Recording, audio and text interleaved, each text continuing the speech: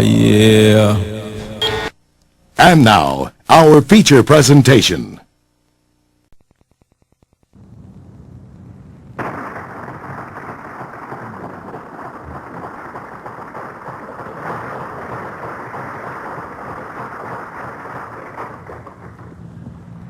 Assalamu alaikum. In the name of Allah, who came in the person of Master Farad Muhammad, to one God, to whom all praise is due, the Lord of the world. We thank Allah for blessing us with our beloved leader, teacher, and guide, the messenger of Allah, the most honorable Elijah Muhammad.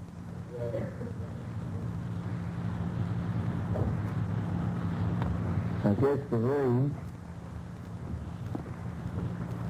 kind of slowed some of our people down.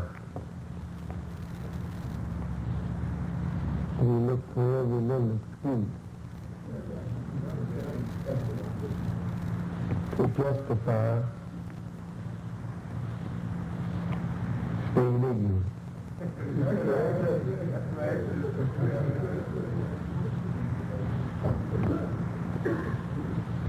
Brothers and sisters, we are very happy to see you. Thankful to Allah for your presence. We hope and pray that this evening will be a very fruitful evening for us both, as we love to bring to you the message of the Honorable Elijah Muhammad, and we hope that you will love to hear it as much as we love bringing it to you. Brother said, I'm going to teach you on the reality of God. No, I'm just going to recite to you what the teacher said, or what I heard the teacher say on the reality of God. There's a difference. There's a difference. So one who recites what the teacher said is yet not responsible for the teaching. For he is not the teacher. He heard the teacher. And since he heard the teacher, he wants to impart to others what he heard the teacher say. Yes, yet you cannot call him a teacher too. He's just reciting what the teacher said. The reality of God. That is a great subject.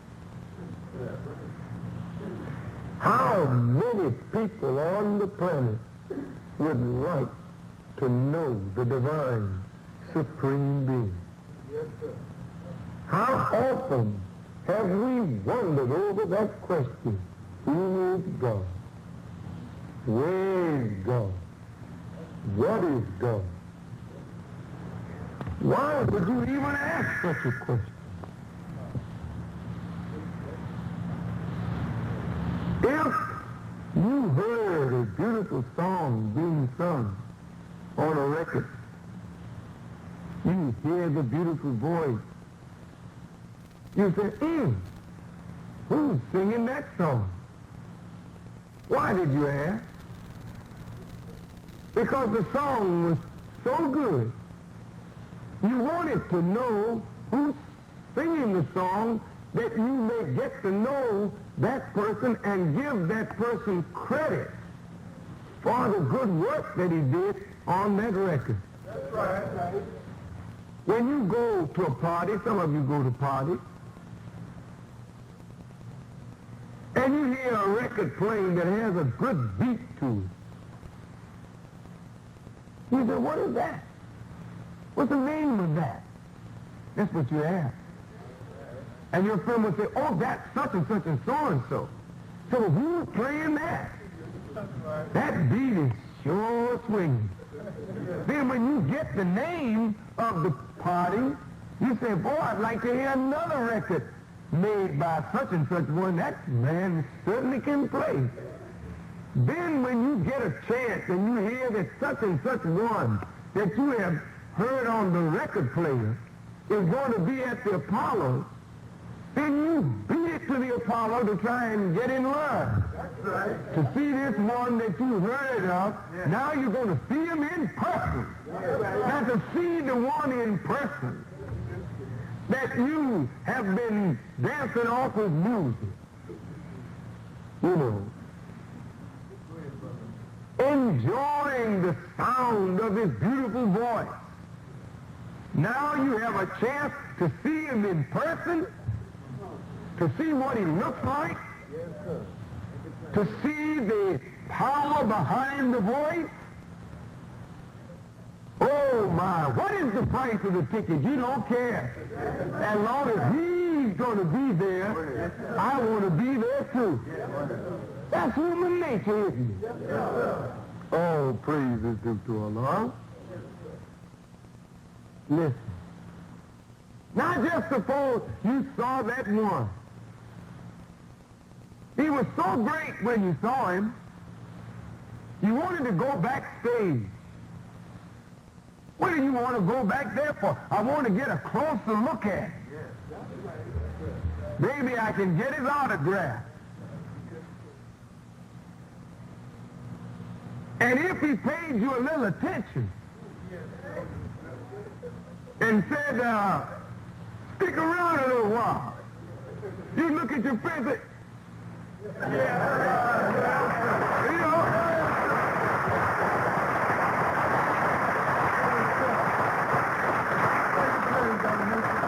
you kind of feel real good. Well, if he allows you to stick around, you want to make yourself useful. That's the first thing you want to do.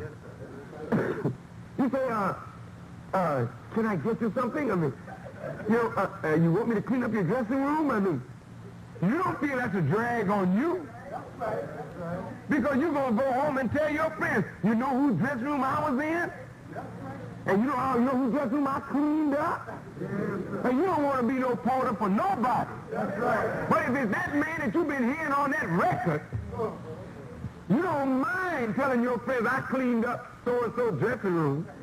And his old sweaty clothes, you know, that he performed in child. I hung it up for him. You'd be happy to tell somebody that now, wouldn't you? Why? Because you recognize that great person that you had fallen in love with from a distance. Now you're able to look upon them in person. All praise is due to Allah. It's wonderful. And you don't feel ashamed about that. What does it teach you about the nature of the man? Or the nature of the human being? Oh, praise is due to Allah. It teaches us that when we meet one greater than ourselves, we have an inner desire to serve that which we recognize is greater than self. See that?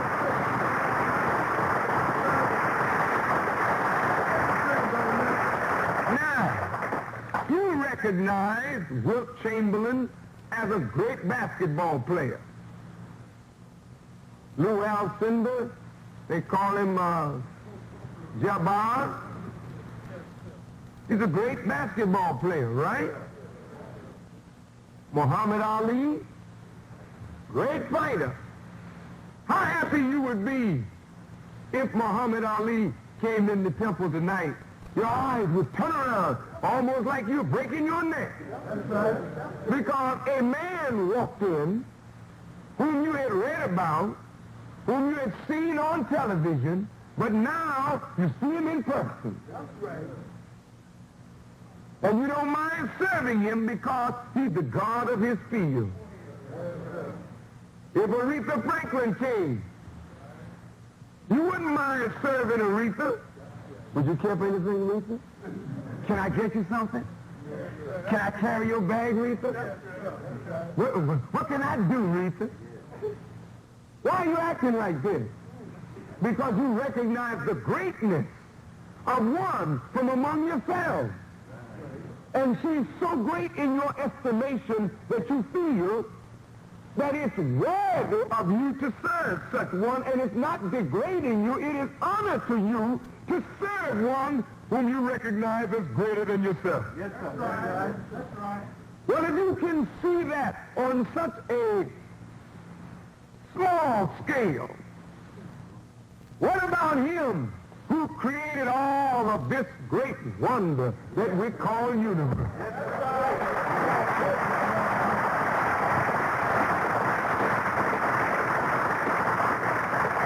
It is not that we heard a song. It is not that we heard a musician play.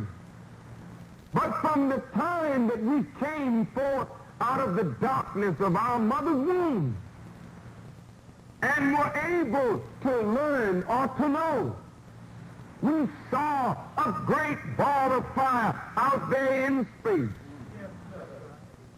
We saw the sun, and we marveled at the sun as we basked in its warmth. We wondered about that sun. Isn't it wonderful, we said? When the warm rays of the sun touched our bodies, made us feel good all over. That same sun with its great power, bringing up vegetation out of the earth for us to eat and enjoy and perpetuate our life. We looked at the sun and we said, oh my, what a great work that is. Who created it? Who is the creator of this wonder that we call sun? And we look at the earth that we came up out of and that we're bound to go back into. And we look at this marvelous earth that we stand on. We look at the vegetation out of the earth. We see the magnificent law covering the earth. You drop a seed in, come back a little later, here's a stalk. And on the stalk, 7 ears, and on each ear, 100 grains. And then you snatch the corn off the stalk and can eat it, and it came out of the earth. But yesterday, when the earth was hard in winter, now in the spring, in the warmth of the sun, she's blossoming and blooming. You can reach up and see the oranges on the tree. Pull it down. Squeeze its juice down your throat. This is a mighty earth. And then when you look at the beauty of the creatures, you see a lion here. You see a tiger there. You see a buzzard here. You see a hawk and a raven.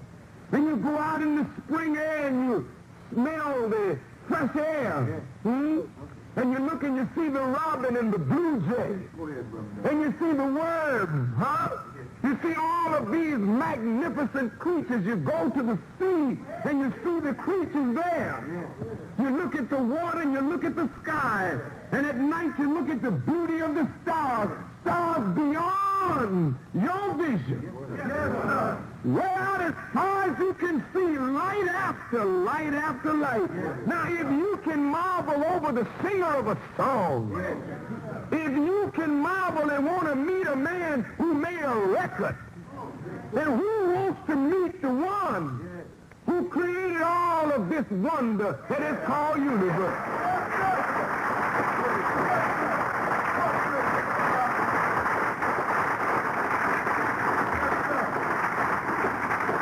We should ask the question, who is the God? Who is the creator of all of this wonder that we call universe? And when I find the knowledge of such one, what must I do?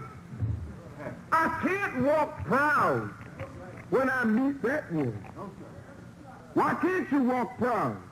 Because I came into what he created. I'm dependent on what he created. I need what he created. If I could only find him, my nature makes me want to serve him. And think of the honor that would come to me if I could call myself a servant of the true God, and if he would just be a friend of mine, and if I could be classified as one of his friends, what kind of honor would that give to me? If to be classified as a friend of Aretha, and a friend of Muhammad Ali, and a friend of Melvin Van Peebles, and a friend of Miles Davis would give me honor among my foolish people.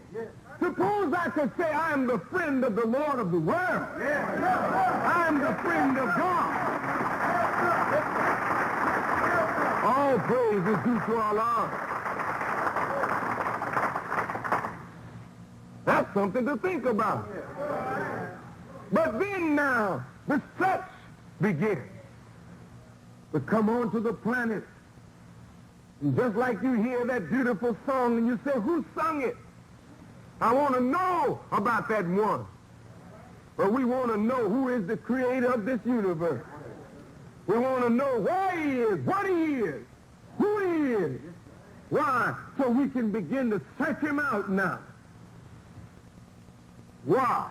Because human nature makes us want to search for the creator. Every scientist set his heart on searching for the creator. And in searching for the creator, he has been very elusive. Man has gotten up to the door and then lost him. Why? It seems that he never did want the people to get full into the knowledge of him until a particular time. It's like a child who wants to know from mother, who is my father? I don't care how much you rear the child, sister. And I don't care how much you try to make the child love you. Inevitably, you must prepare yourself for the question, who is my father? If there's no daddy around, he's going to ask you someday, who is my father? And no matter how painful it is to you to want to talk about that man, you're going to have to tell that child who that father is. He's going to ask you, what does he look like? Do I look like my father? Where is my father? You say, well, that no good so-and-so is in California. Yeah, you may tell him that, because he may be that kind of man. But the child don't care. The child is not taking it from your mouth that the father's no good. The child is saying, Mommy, I want to go to California. I want to meet my father. Why you want to meet your father? Because that's the source from which you sprung. And it's natural for you to want to know about that which produced yourself. All praise is due to Allah.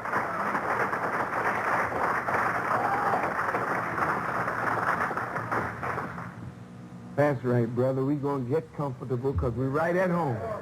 Get a little hot, brother. Take your jacket off. Be at home. That's right, brother. You at home. Rest it right over your left. Certainly. Sisters, if it gets a little warm, take your coat off and relax. You at home. We're not going to be here long, but we're going to try to be here strong.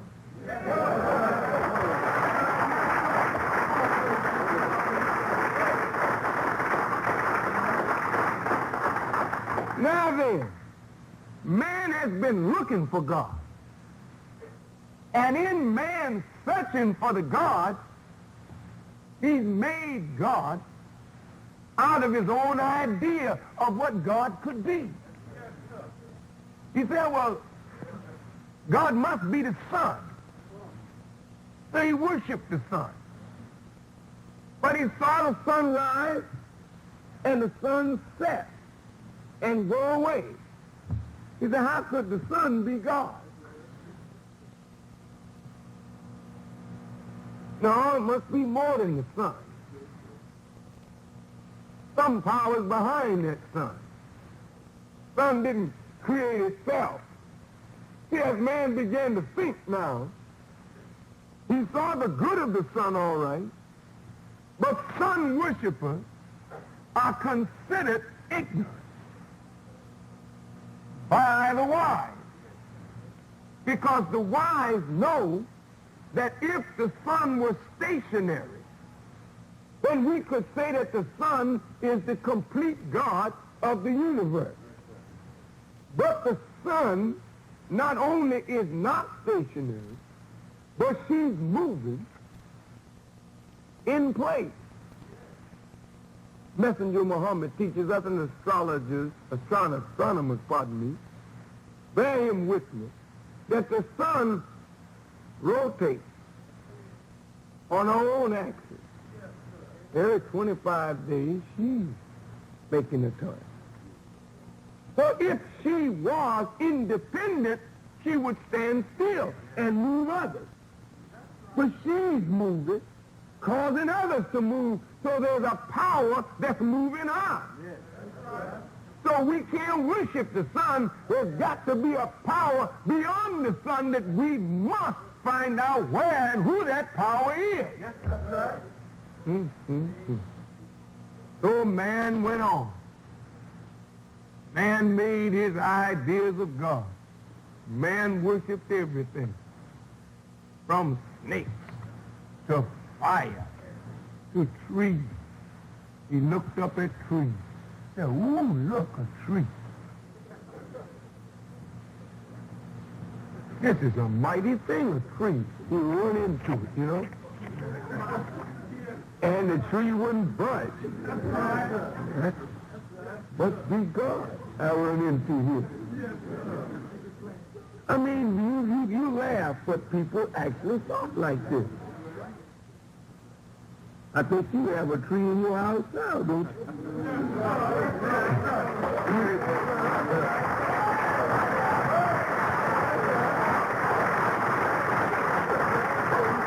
You don't know why you got it there. You come back Sunday, we'll tell you. But not tonight. But now, people looked at the evergreen. They said, look, other trees, their leaves fade and fall and die. But this thing here stays green all year round. What's God? So they worship the tree. Oh, this is true. In other scholars, they got a little bit of knowledge. They said, no, God is man, but he's a whole lot of him, you know. But he made what they call the anthropomorphic God. Use that big, ugly word. But that's what they call it. He got his head is in the sky and his feet is on the earth. You know, he's just a big, big dude. Yeah, this must be what God is like. When you're a child, you look at big things as great things because you're infant. You understand? You would have to be bigger than everybody else. So that's the way they saw him. Well, man is coming up recently to find more of the knowledge of God. Now here it is. In the last 6,000 years, prophets come into the world representing God. Right? Now, they didn't tell you they saw him. Some of them said they did. In a vision. Or in a dream.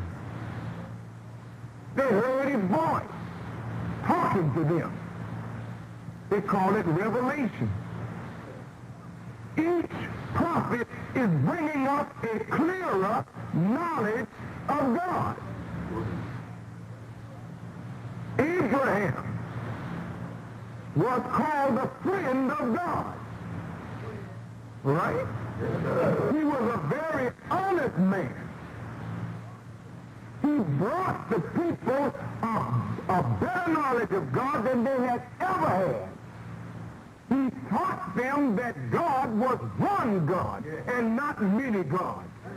People had been worshiping everything that seemed to have some power in it that they couldn't understand. They worshiped it. But what we must understand is that power is in everything that the God of power created. But yet the power that's in what the God created is not the source of the power. I want you to be patient. He who can't stay to listen may lose. There is the power of the Creator in all things. But because there is power in all things, that is not the source. So if you worship this thing that has power that you don't understand, you're making a fool of yourself. Because you are worshiping that which is not the creator of that power, but you are worshiping that which exemplifies some portion of the power of the creator. Yes. But you have a power within you that may be greater than the power of that which you worship. Yes. And therefore, if you worship that which has less power in it than you have in you, then that which you worship degrades you. Yes. Listen good now. Listen good to this, brothers and sisters, please. Messenger Muhammad teaches us that after Abraham taught the people of one God, the people then began to concentrate on a oneness rather than a plurality of God. Many gods. The people who worship many gods were called polytheists. Yes, sir. Right. Theist, coming from the Greek word theo, meaning God, and poly, meaning many. Many gods. Anything that has power, that exercise influence over man, they say that was a god, this is a god, the god of this, the god of the other, and they worship that. Okay, now Abraham was bringing the people up to the knowledge of God, and believe me, as the scripture teaches, the beginning of wisdom is what? The knowledge and the fear of God. That's right. Now, if you don't know God, you are not yet considered wise. Any man that knows not God can be made merchandise of by a man who knows God. Right. If the man who knows God is a wicked man or a weak man, he can take advantage of a man who knows not God. Because to know not God is not to be wise. And if you don't know God, then you're a fool in that which you worship that is other than God. Then the wise can make merchandise out of a fool. Listen good. You all right? Moses called the people to the worship of Jehovah. And he gave him a name now. Jehovah, a great name. He's telling you something about the God. He gave him the name Jehovah, which means the self-existent God. He exists of himself and causes all other things to exist. That's a great name. Right. Well, then Jehovah is a God we've got to get to meet. Because if he's self-existent and causing everything to exist, then my existence is dependent on him. And the world's existence is dependent on him. Now, we just got a name, but we don't have a face. Does God have a face? WBLS. Well, now, you're not just talking. God is given a name. The very fact that you can call God by a name tells you something.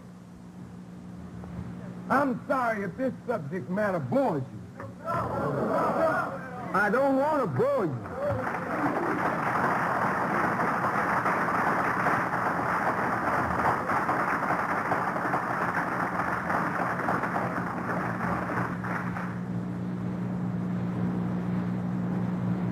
You can come back when we take up a kiddie subject. Maybe it'll be more on your order. You know, it's a shame that you don't want to reach up for knowledge, as I'm certainly not going to reach down for you. Now, that may be too fresh sounding to you. But you see, if you're in the valley of ignorance, why should I come down there if...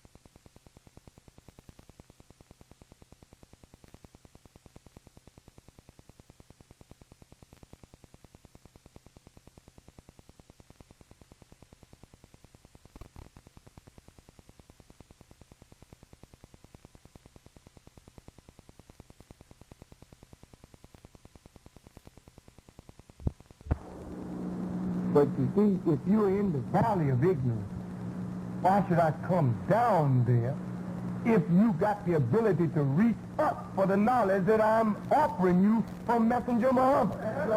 Don't ask me to come down, you reach up for that which will pull you up out of the valley of ignorance. I cannot cheapen the wisdom of God by making you something of sport now to laugh off of.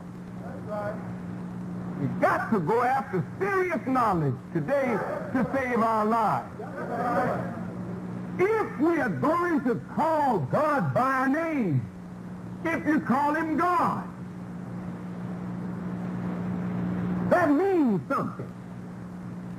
God means, as Messenger Muhammad teaches us, force and power.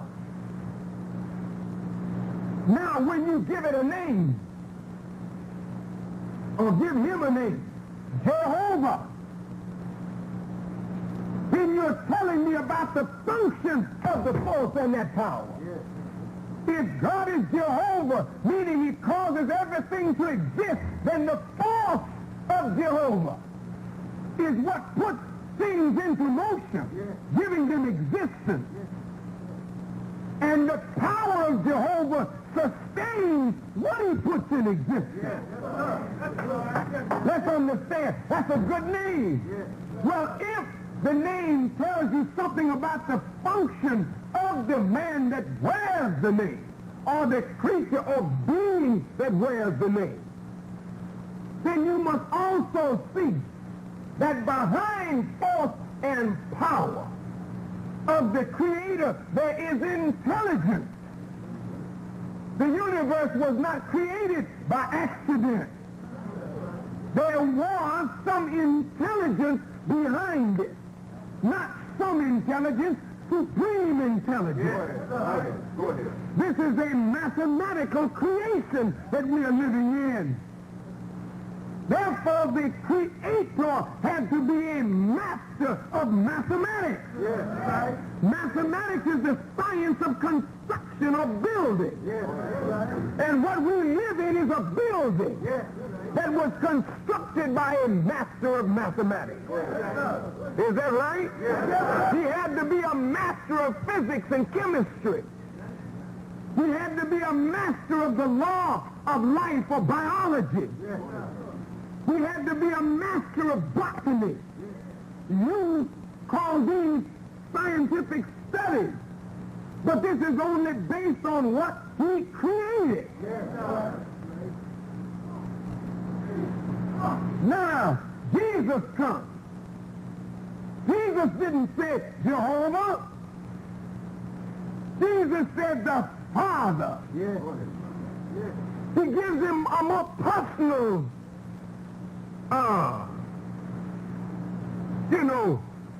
outline now.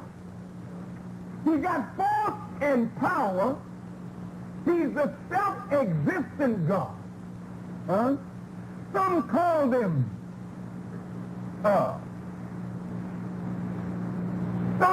him, Shiloh, seeing peace. Right? Some call him the Almighty. Some call him the omniscient, omnipresent, omnipotent God.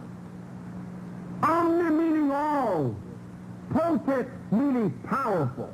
He's all powerful, all knowing, and being all powerful and all knowing, he can make himself present everywhere at the same time, though not being there, because he has power over the power that is there.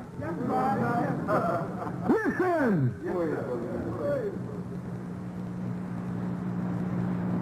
If God has power over the air that's around you, he don't have to be present. Just make his power present. Then he's present. Where he has power, he has presence. If a man is a powerful husband, he don't have to be at home to control his home. He can be on the other side of the planet. But if he's a powerful man, his power or his presence is in the power in that woman's mind. For that man, though he's a long, long ways away. Do you understand? Let's go on then and find this God.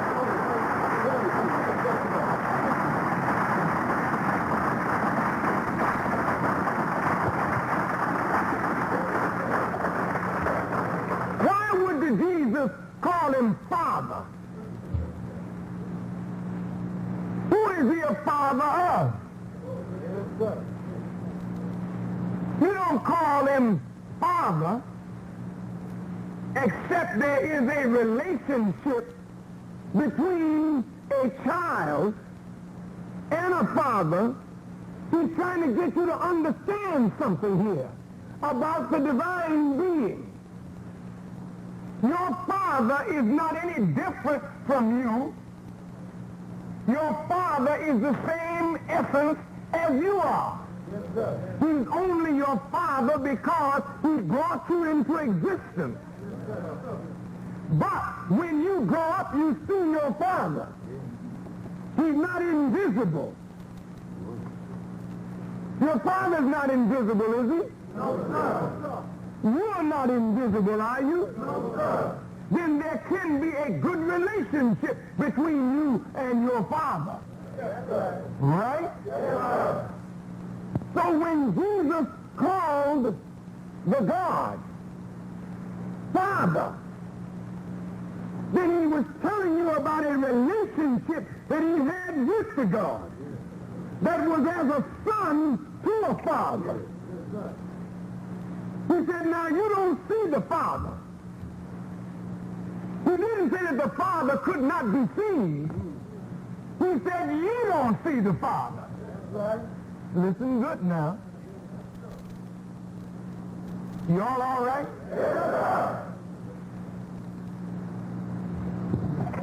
I hope so, huh? It's very beautiful if you try and understand it. Now, he didn't say that the Father couldn't be seen. He said you don't see him.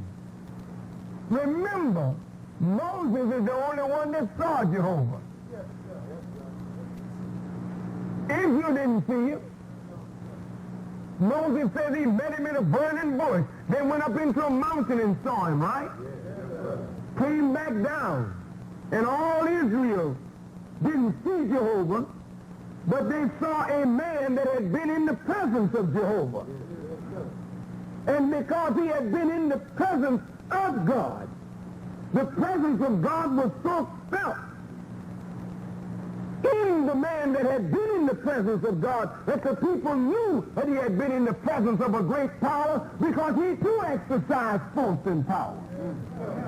He too could cause things to move, to exist, and he could sustain them by the power that he got from his sender. That's beautiful. Well, all right, here comes Jesus now telling us about a father. Now Jesus died or is murdered. Now don't you look now for him to come floating down out of the sky for you. Now don't, come on now, brothers and sisters. You were doing fine to this point. I want you to travel with me just a little bit further. Now Jesus, like all the other prophets, had his day, he lived, he's dead, he's gone. But the spirit of him, in the teaching that he gave to the world, lives on. Now, here comes Muhammad. He gives us a clearer picture of this Jehovah, of this God. Jesus starts talking about he's love. But he's a loving father, not just an abstract word. God is love, boom. And you say, oh yeah, God is love, wow, terrific. Oh yeah, that God is something. But what is love? Everybody says, I don't know, man. You explain your definition, I'll give you mine. Well, that's really something. Then when you tell them God is that, and then nobody can define that, then nobody really understands this God who is right back where we started from. But no, Jesus was trying to introduce the world to a loving father. A father that understood the problems of his children. A father that was not too far away from his children that he couldn't hear their prayers and answer them and come to their aid. So he called him Father. Now, Muhammad called him Allah. That's the last name revealed of that one God that Abraham was teaching the people about. Now, this one name, Allah, means, when translated, the one true God. In the prefix of it, you get the word all. He's all in all. Listen. This subject is so heavy, you need to take it in 2-3 parts. We can't hardly get to it all tonight. But let's go after this now. Then, this name is broken down into 99 attributes. Attributes mean characteristics. Number 1, they say Allah is beneficent. He's merciful. Look now, they're telling you about him. He's being described. He's beneficent. He's merciful. He's mighty. He's wise. He's the raiser of the dead. He's the granter of security, the author of life, the giver of gifts, the bestower of freedom. He's the abaser and the exalter. He's omnipotent, all-knowing, omnipresent. He's all of this in one. Now, we're describing him. It's like a man telling you, hey, I'm going to describe for you somebody that's coming. But I want you to get a good picture of it. So that when he comes, you won't pick the wrong fella. So I'm going to tell you all about it. You can call him Jehovah. Because when you meet him, he's going to show you how things exist. And he's going to set things in motion that have never been in motion to show you that he's that one. You can call him Father because he'll be there.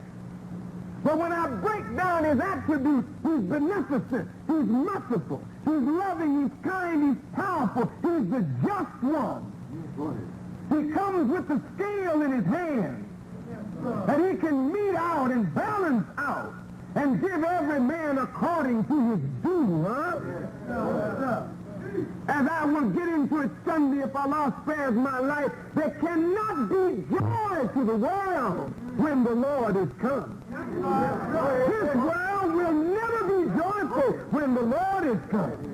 Because this world is too evil, too wicked, too rotten, too sinful, too perverse, too transgressing to be joyful. How are you going to be happy if you're a crook and the cops come? You're not going to give us a whoopee. The cops. No, man.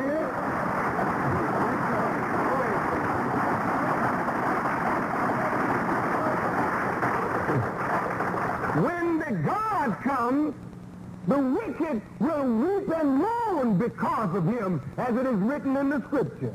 Now here we are. All the prophets said God will come. If God will come, where has he been? You don't tell the child, Dad is coming home.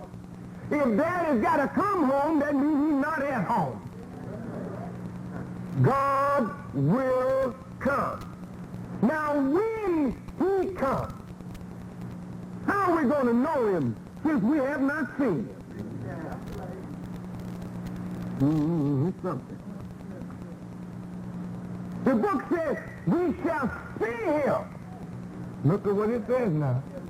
Blessed are the pure in heart, for they shall see God. The Bible talks about his day of visitation among his people. And it says, they shall be my people, and I shall be their God.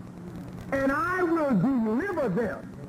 I will save them out of the hands of those who have tormented them. Yes, sir. I, the Lord, will do it. Yes, sir. None can deliver but me. Yes, sir. Telling you that there's no power now equal to his power. And when he comes, you're going to know it because he's going to do a work that will bear witness to what they all said about him. Yes, sir. Now, here comes the truth that we've been working up to. Messenger Elijah Muhammad says to you, black man and woman, that Allah, God, Jehovah, the Father, is not a spirit. If you are looking for a spirit, you will always be deceived. That's right. That's right.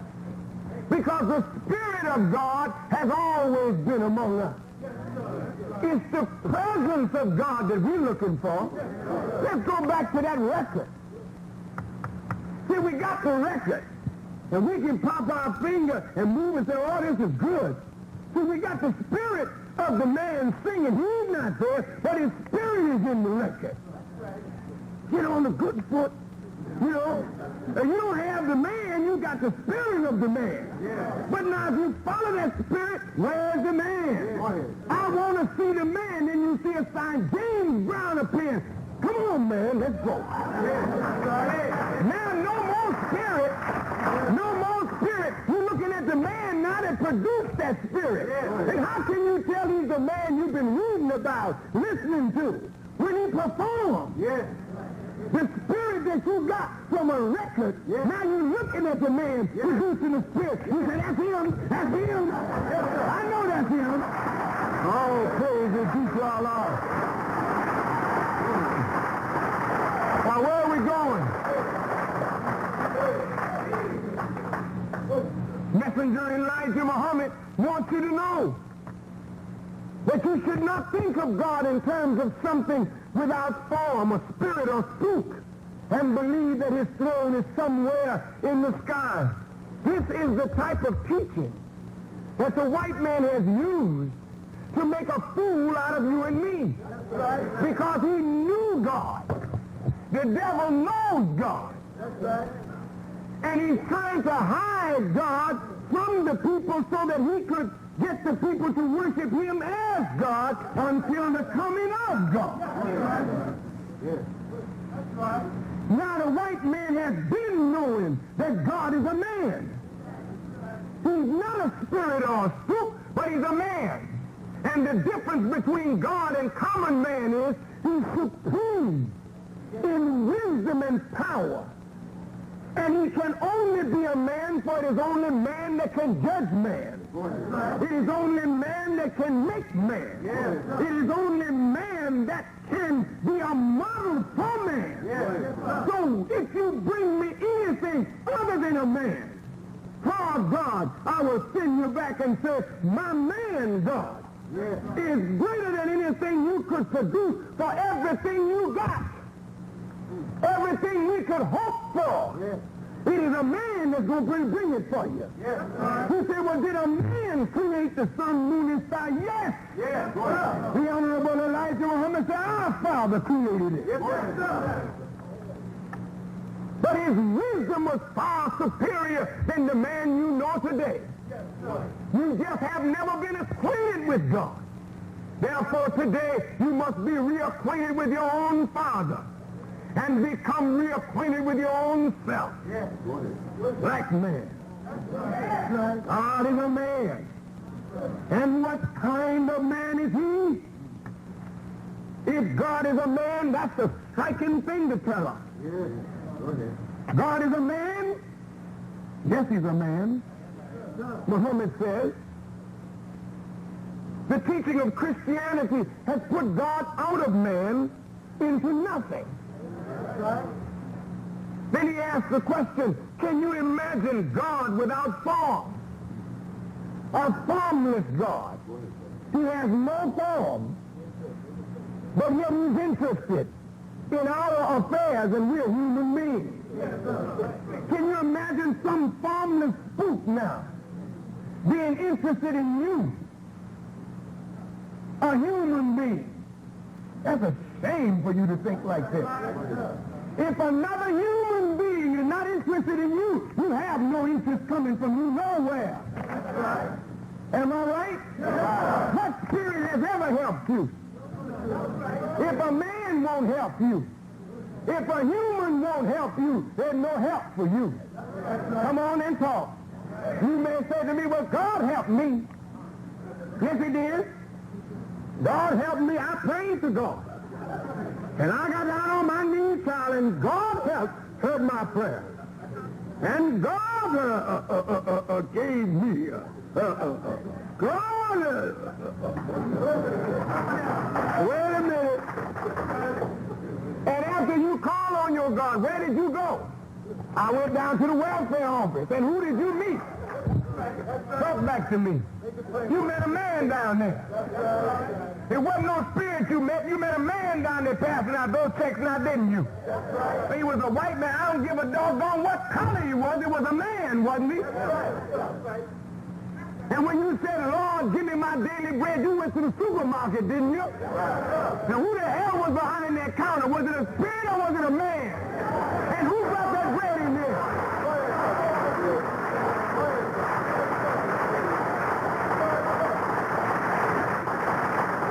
When you got sick, you said, Lord, help me. And then you got on your telephone, made by a man. And you sick for an ambulance, made by a man, driven by a man. Say, get over here right away. The Lord told me I better get on out of here quick. And if the Lord told you anything, spirits don't communicate. Good God, boy. Anywhere you go, you coming right back to me. So Muhammad said, God is a man. But what kind of man? Since there are 5 kinds of men, black, brown, yellow, red, and white, then God got to have a color too? Uh-oh. They say God was colorless. Yeah, if he's formless, he got to be colorless. Yes, sir. Make it plain, brother. But if God got a form, you know he also got some color. That's right. Or he's the essence of it. Yes, sir. And you can't consider God being from something. He's the origin of that. Yes, sir. I'm just going quick now. Messenger Muhammad said that if God were white, if the true God were white, the white man is a God, all right. You can't deny he's a God. Can you deny it? No, that man acts with power, doesn't he? Give him credit. Yes, he does. He don't sit around praying and not working. When he got to the Hudson River and said, I'm going across, he said, Lord, take me across. Show me the way. Wipe all my troubles away. He didn't talk like that. He called his Indian and said, come on up here. I got to get across. Make me a bridge. Get your mathematics together. Build me a tunnel under the water. The main thing is to get across. Get me a boat. He used his wisdom to conquer the barriers that were against his progress. God is a man. Whitey says, I'm going to the moon. God created the moon, but a lesser God now wants to visit the moon. It wasn't impossible for him to do it. He just needed the knowledge of how to do it. So when he got the knowledge, he did it. Showing you that man can achieve whatever he wills. Because as Messenger Muhammad said, the brain of man is infinite. But since the white man is a new man on our planet, a very new man, and didn't get here but yesterday, and is yet exercising power as a God, where did he get his wisdom from? Who taught him what he knows? Who is the Father and creator of men and the Father of the universe? Muhammad goes on back, and he said, get up, black man. He asked a question in our student enrollment. Who is the original man? He's settling the question about God right there in one question. Who is the original man? And he answers it because we didn't have the answer.